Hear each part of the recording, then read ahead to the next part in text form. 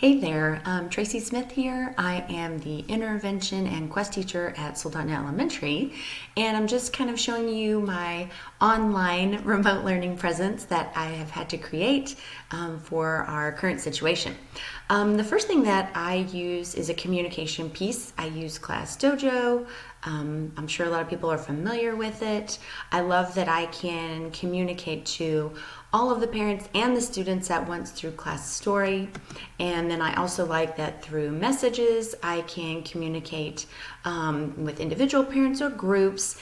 And I like the fact that they can access this however is best for them, either through email or through a text message style through the app.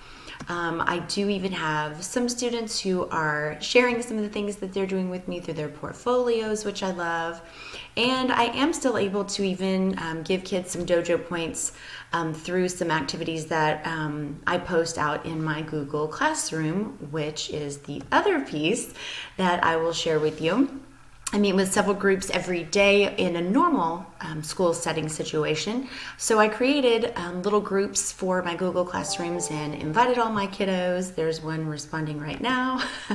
And because intervention is a little bit more on the back burner right now, I basically am just available to my students through Google Classroom. I post little daily videos for them, more of an SEL style, just keeping connection with us. And they do comment back.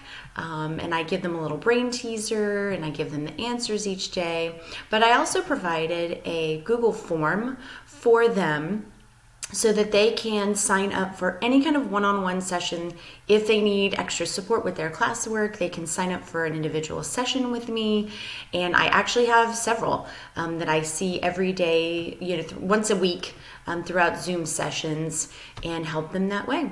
So that's my new online presence. Hope it's all going great for all of the rest of you.